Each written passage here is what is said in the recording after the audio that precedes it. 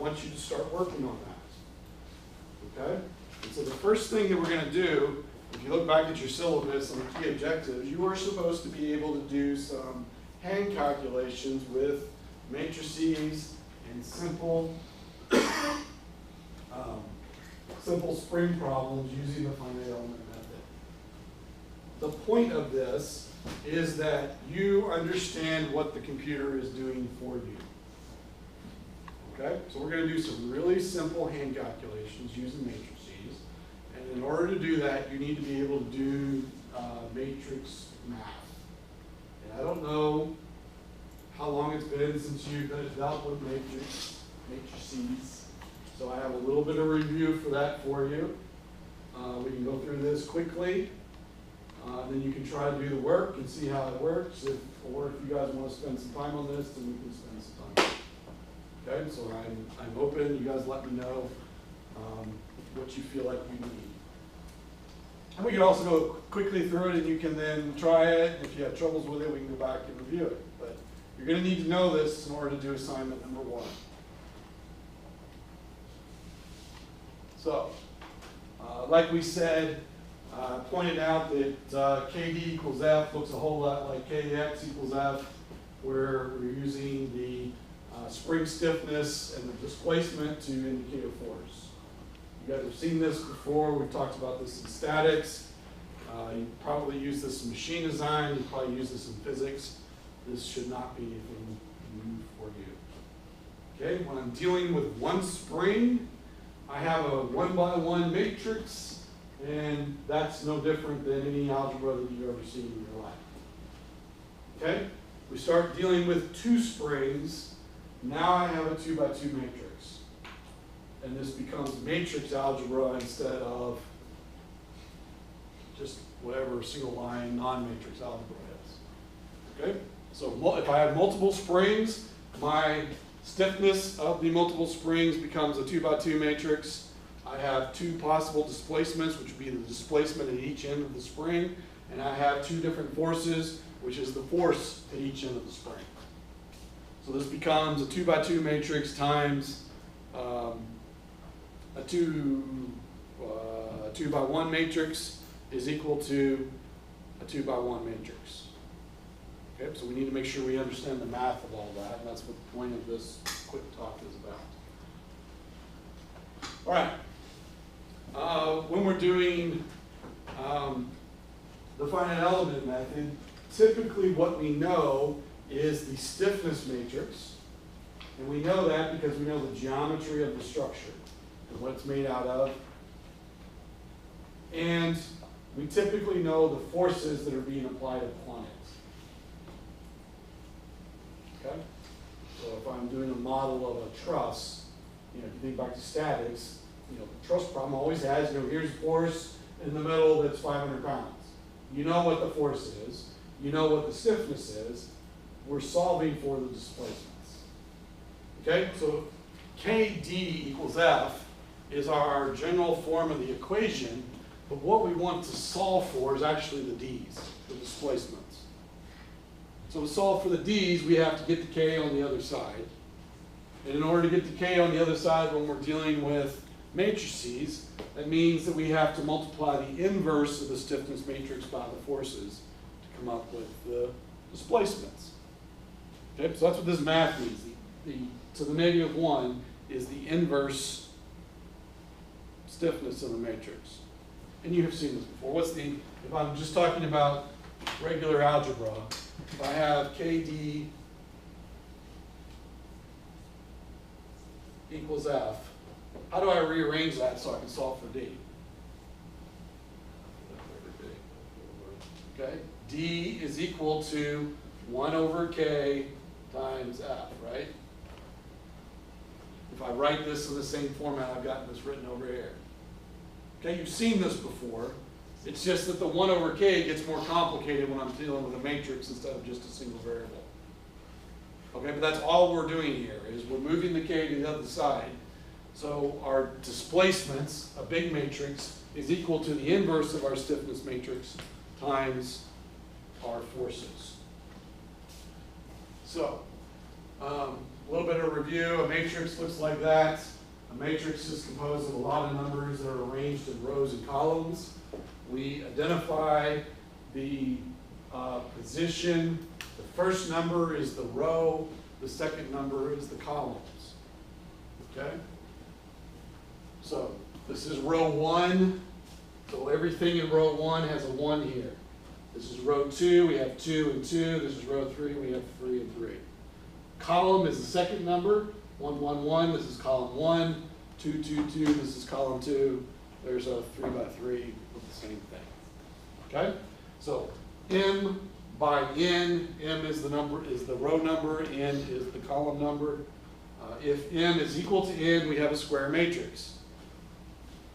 Square matrix is a special case, but our matrices do not necessarily have to be square. Our stiffness matrices are going to be square. So we're going to be dealing with lots of square matrices, but they don't necessarily do matrix stuff with stuff that's not square.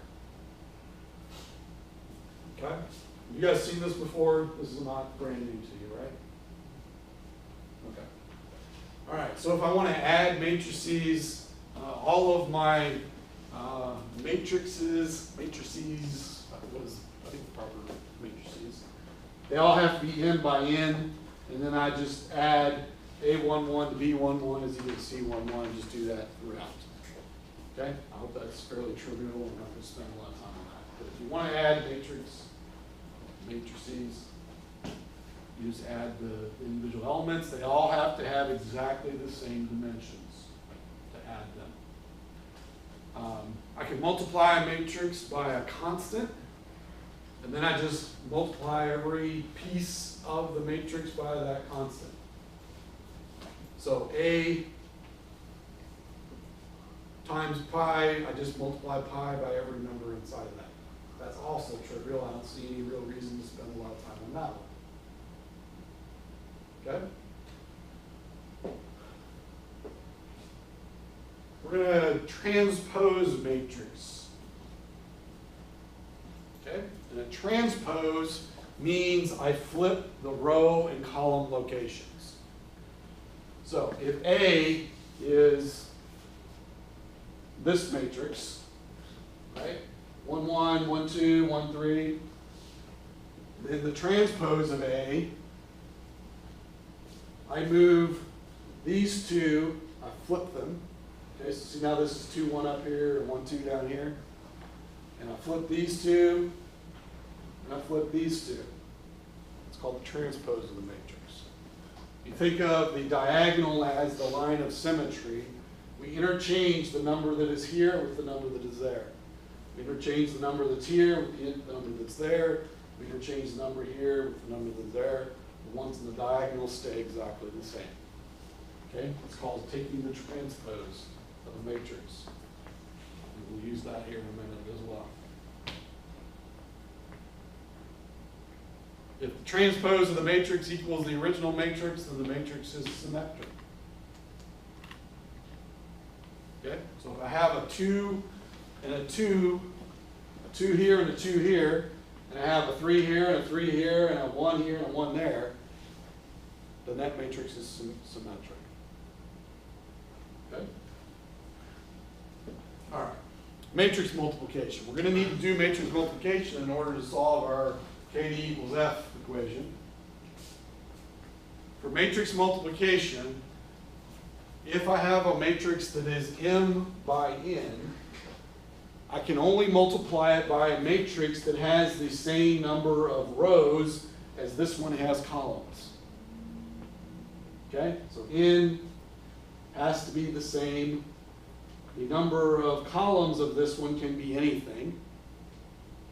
And the result is going to be a matrix that is M by P. Okay? So what does that mean? For example,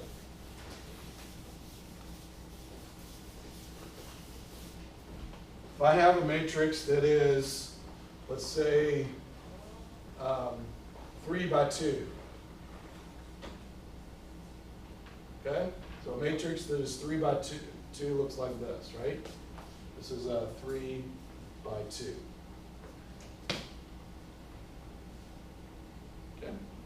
I have to multiply it by something that is 2 by something else. Let's say 1. Okay? These two numbers have to be the same. A 2 by 1 looks like this, has 2 rows and 1 column.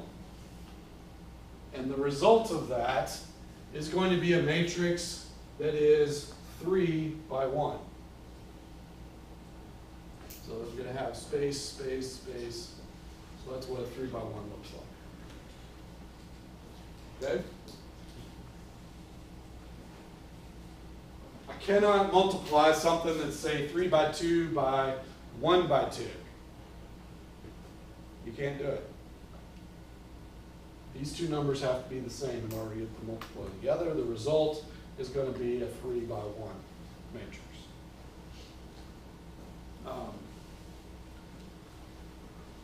And for that reason, if I can multiply A by B, I may not be able to multiply B by A just because the matrices are the wrong size.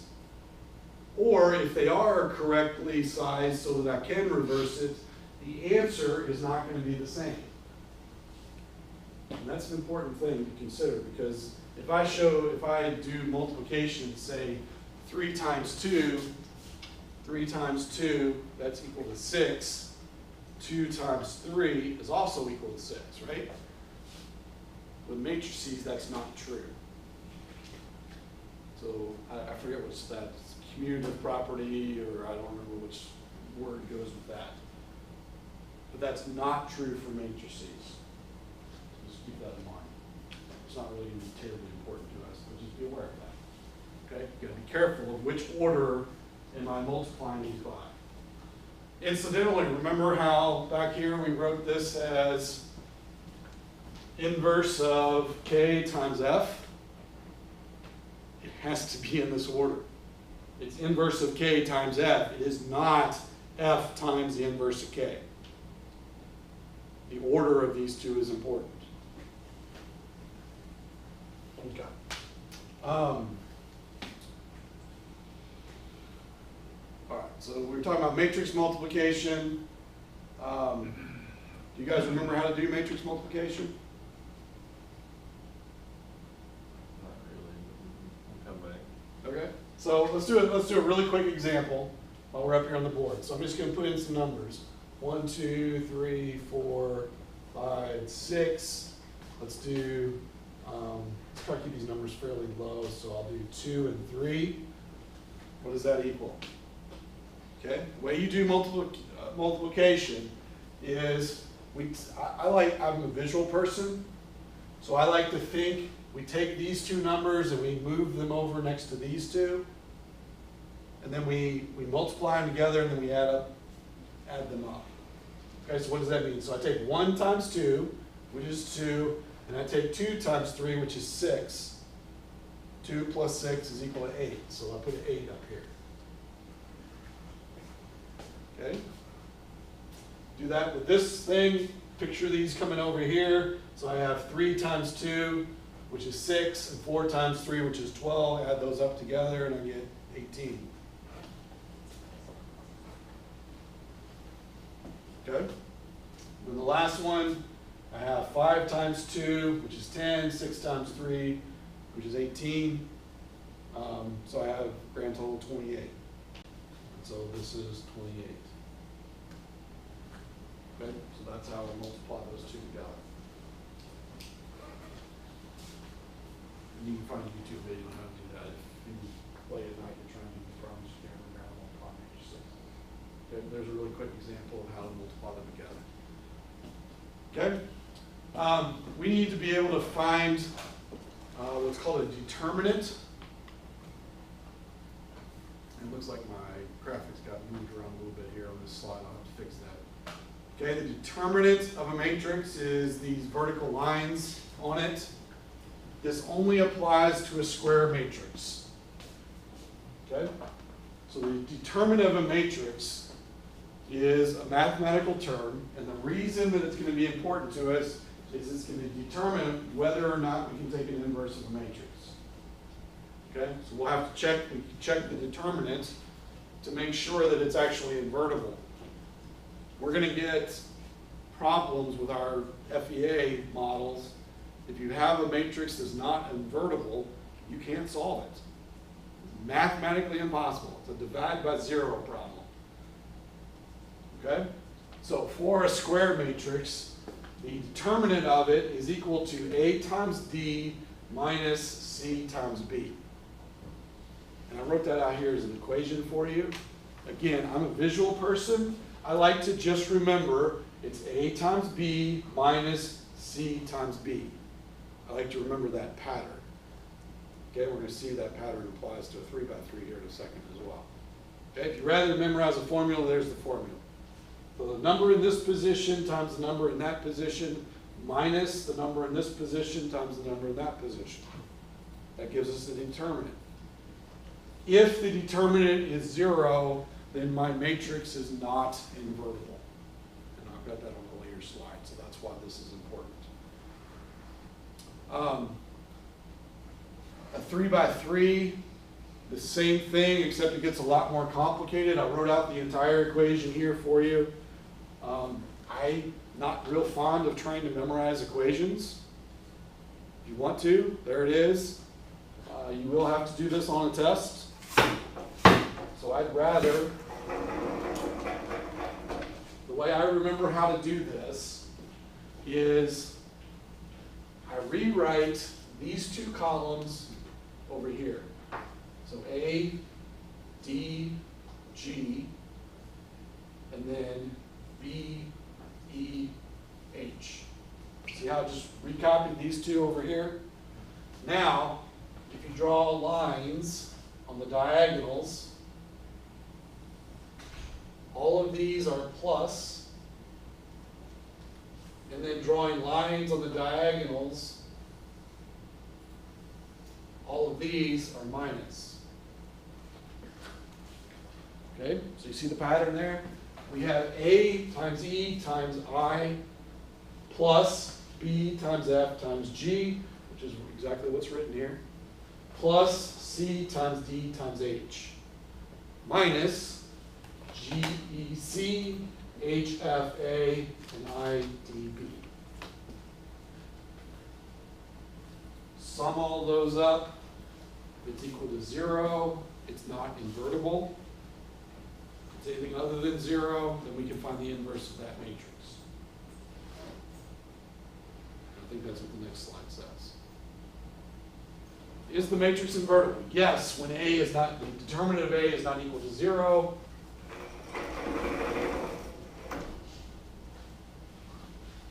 It is not invertible if the determinant of A is equal to 0. We call that a singular matrix. And we call it ill-conditioned when the determinant of A is close to 0.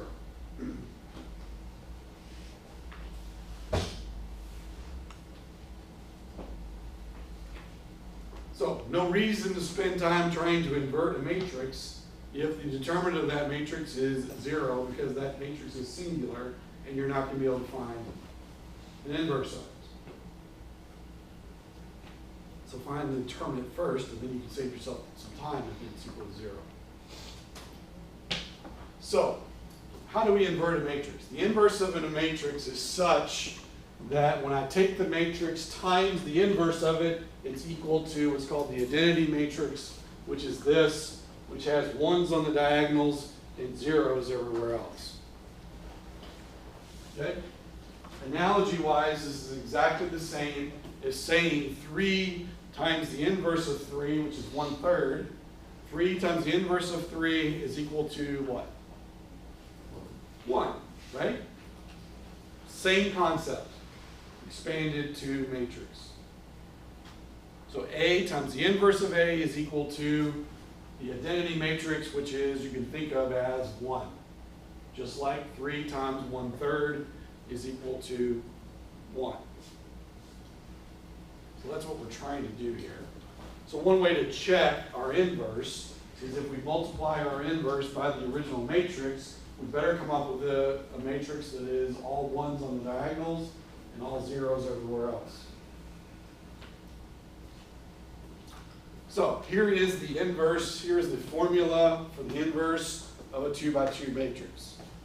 And a 2 by 2 matrix is simple enough, it's fairly easy to write this as just this over here. Okay? You might recognize the AD minus the CB is just the determinant of the matrix. So this is 1 over the determinant, so you see that in equation form, 1 over the determinant. And this matrix is the cofactors. We call these cofactors, and it's the cofactors transposed. Okay? I'm showing you this stuff down here because we're going to see this exact same thing for a 3 by 3. But honestly, for a 2 by 2, it's easier just to remember this equation. 1 over the determinant. Notice I switched the A and the D. They have switched, and I just put a negative sign in front of the C and the B. So if I want to find the inverse of A, B, C, D, it's equal to figure out what this is. So we take 1 over the determinant, we multiply it in, we switch the positions, you do the multiplication, and you come up with a 2 by 2 matrix that is the inverse of the original matrix. Such that when you multiply the two together, they equal the identity matrix, or they equal 1. Okay? So this one, honestly, I would possibly recommend just memorizing that equation. It's simple enough. You should be able to remember those relationships. If not, the general form of that is this.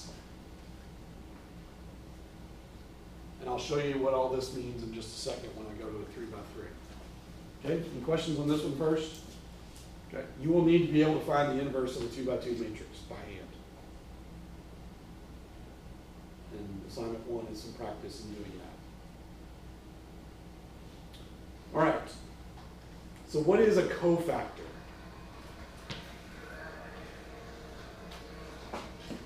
Somebody's phone. Okay? The way the cofactors work, I'm going to use the board again.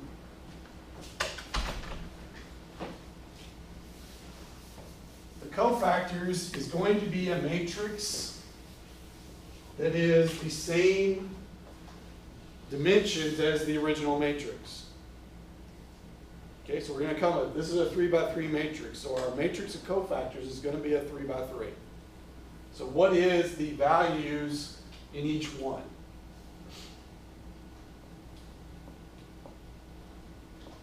So we're going to have to find, a 3 by 3 has 9 cofactors.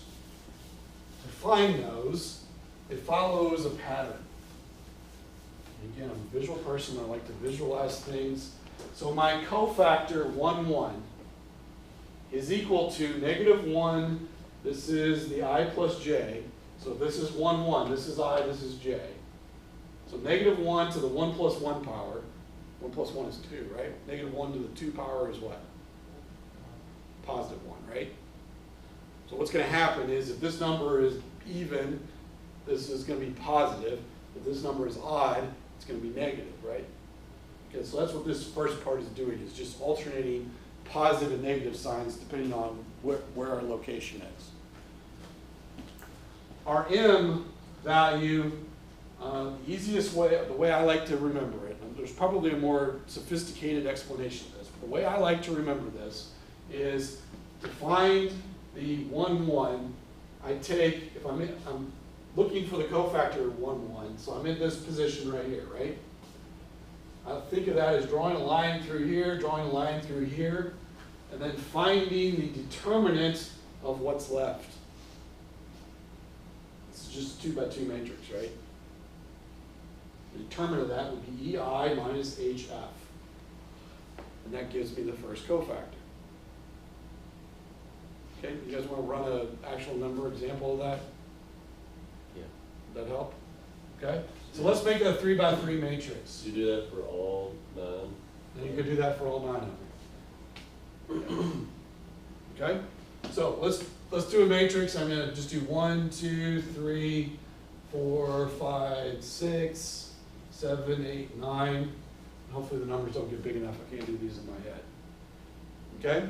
So if I want to find the cofactor for so I want to find a matrix of cofactors. Okay? So my cofactors are equal to, I'm going to find a matrix of those. Okay? My 1, 1 position. Looking for this position, draw a line through here like this. I have -1. I don't know how on the camera here, I can't tell how far over they can see, but we'll just do it over here on the board. So cofactor 1, 1, that would be the one that's going to be in this position right here, is equal to -1 to the 1 plus 1 power, which is 2, right? And then I'm going to multiply that by the determinant of this, which is 5 times 9 minus 8 times 6.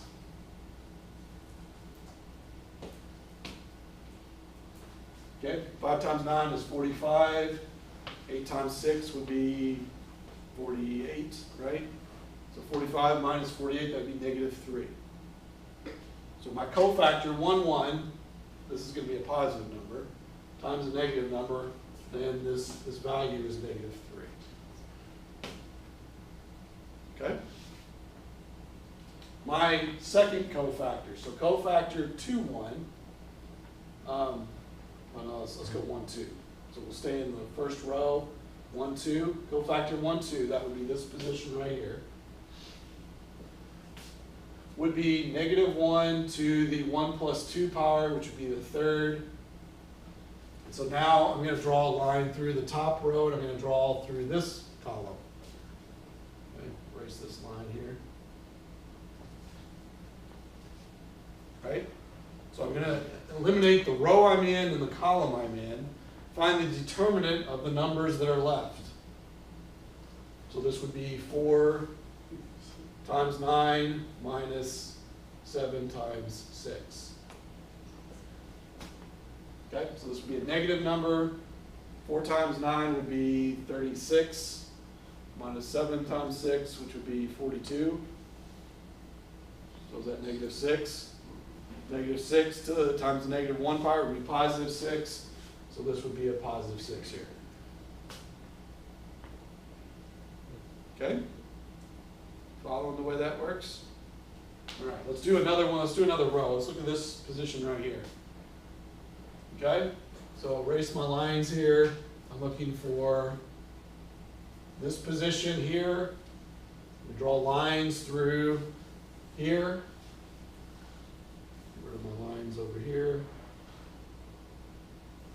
So eliminate this column and this row. So my C2, 1 position would be equal to -1 to the third times 2 times 9 minus 8 times 3. Okay? 2 times 9 would be 18, minus 8 times 3 would be 24. So we get a -6 again. -6 times -1 is going to give us another +6. And that's just a coincidence. They're both 6. Okay? Everybody's good on how that works? All right, so I need to find the inverse, I need to find a matrix of cofactors. I just showed you how to find the cofactors. And then I take that matrix of cofactors and I transpose it. Transpose it means that I take the number that's up here and I put it down here, and I take the number that's down here and I put it up here. And do that for all of the numbers that are not on the diagonal.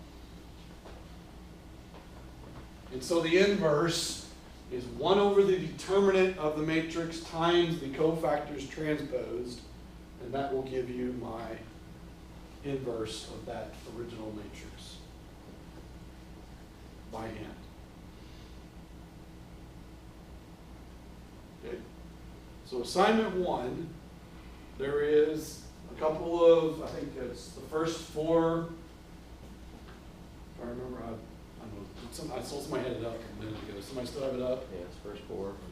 First four, I want you to do this by hand, which means I want to see the list of all the cofactors and all that calculated out.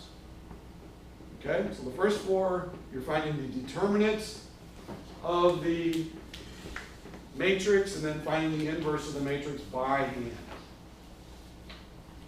Like similar to what we did here on the board. Okay? And If if you you do want, the inverse for a 3x3, don't you just have to do one and then like the next, like you just do it for one of them and then time multiply by 1 over the determinant? Find the inverse. I'm sorry. Sorry, the cofactor that you have for the power of the t, you don't have to do that 9 times. You know what I mean? You have to find 9 cofactors first. Okay. Okay, because they're not all going to, it's not necessarily going to be symmetric. Gotcha. So you got to find all 9 cofactors. We didn't go through all 9 of them. Yeah. Okay, but you have to find all 9 of them. You then transpose that matrix and then multiply by 1 over the determinant. Okay. Okay? So yes, you have to find all 9 cofactors first. We did not do that in class. It follows the same pattern in what I just did. But you have to find all 9 of them, write them in as a matrix. I would suggest then writing the transpose of that matrix and then multiply that matrix by 1 over the determinant.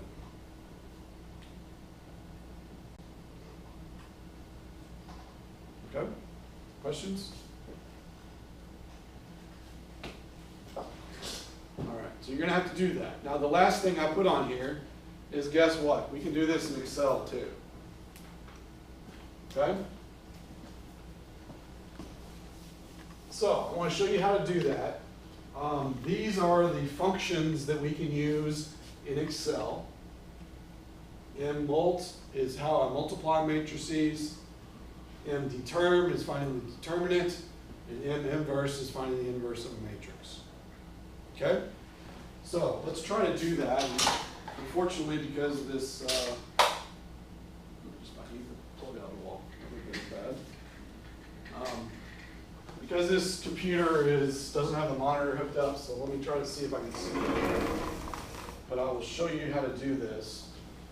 And the kind of weird thing about it is you have to use a keystroke that you probably haven't used in Excel before. And that's the Control-Shift-Enter. And if you don't do the Control-Shift-Enter, it will not work. Okay, so let's start Excel.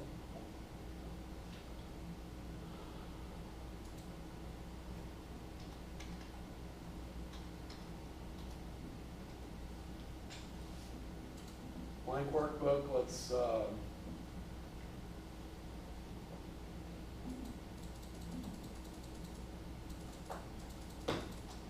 okay, let's just do the 1, 2, 3.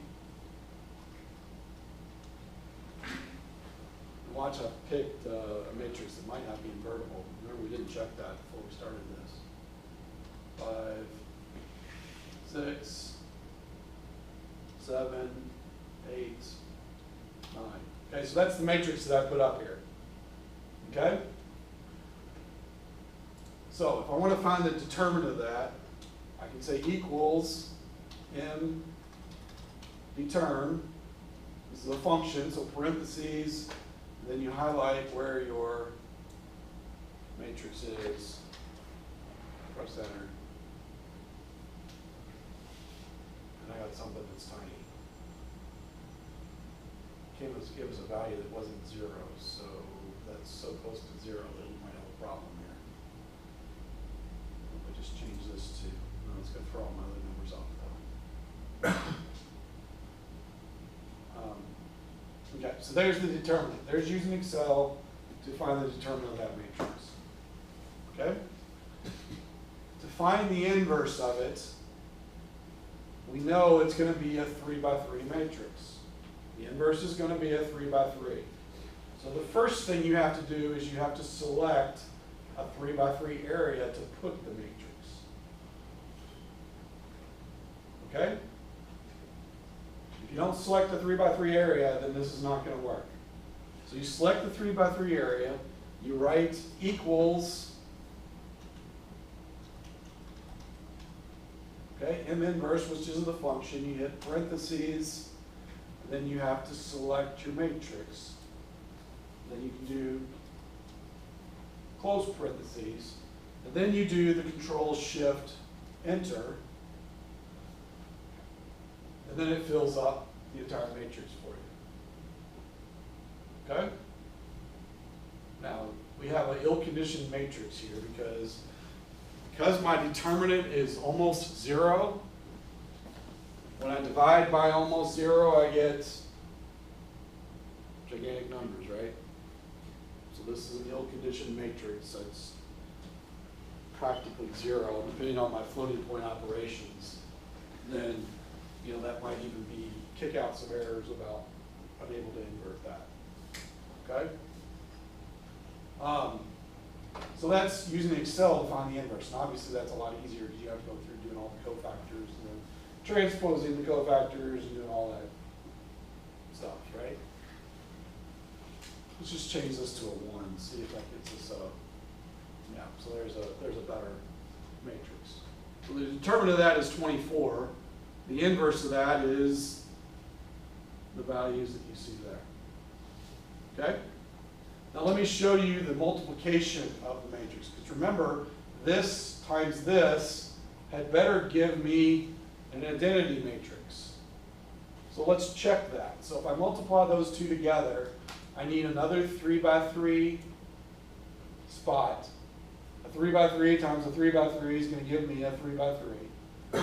So equals in mult is the function name, parentheses, and then I need to put in the first array, which is this one, a comma, and then the second one. I can do close parentheses, and if I just hit enter, it's just going to fill in that one block there. I'm glad that it has a 1 there, but notice that it doesn't have all the other values in there for me. That's where the Control Shift Enter fills out the whole thing for you. Okay, so that's the key thing you have to remember. So I'm going to go back and do this again. I'm going to delete this. So I'm going to say equals and mult, parentheses, select the first one, comma, select the second one, close parentheses, and then Control Shift Enter. And then that gives me my identity matrix. Or at least pretty damn close to it, right? So what are these numbers? What are these numbers supposed to be? 0, right? What are these actually? Really damn small number, right? Okay, so the floating point operations, we've got some issues with it's not getting exactly 0. Why is it not getting exactly 0? It's a round off error.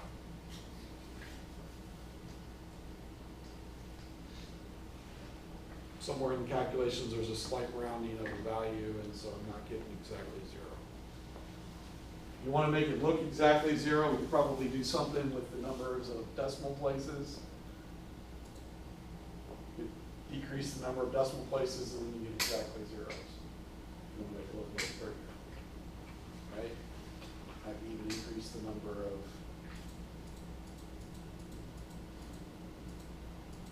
okay.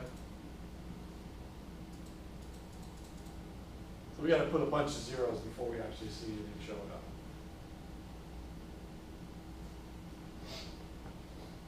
All right. So that's assignment number 1. Do we need to upload our Excel sheet as well in homework, or just put our numbers on a piece of paper?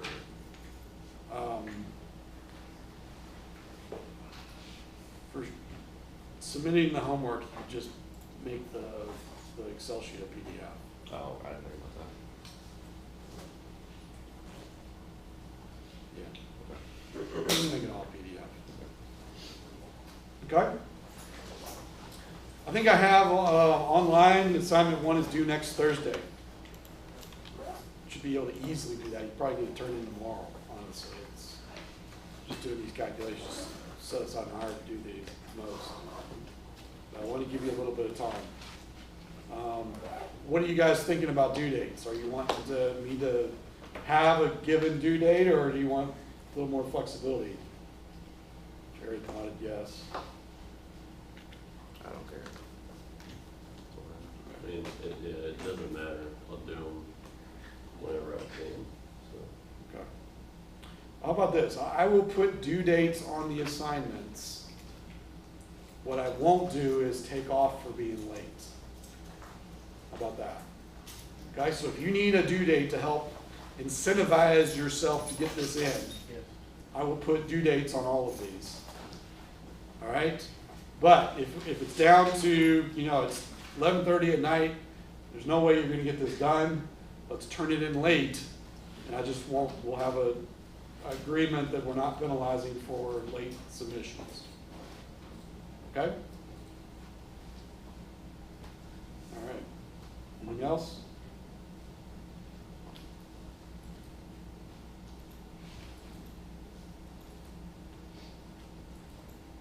All right. Get at it.